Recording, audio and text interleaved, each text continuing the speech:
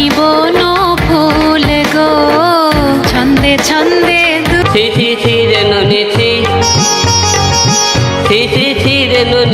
বাংলা নাট্য জগতের একজন জনপ্রিয় অভিনেত্রী তাসনিয়া ফারিন এবার মেরিল প্রথম আলো অনুষ্ঠানে সীমিত সময় অভিনয় করার জন্য এবার সেরা অভিনেত্রীর পুরস্কার পেয়েছেন। তারপর নতুন একটি গানে কণ্ঠ দেওয়ার পর নানান সমালোচনার মুখে পড়েন তিনি।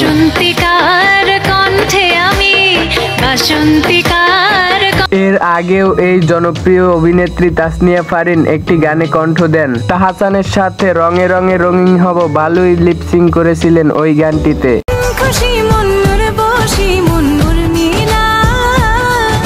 তবে এবার নতুন একটি গানে কণ্ঠ দেওয়ার পর নানান ধরনের ট্রোলের শিকার হচ্ছেন তিনি এবং কেউ কেউ তো হিরো আলমের সাথেও তুলনা দিচ্ছে তাকে।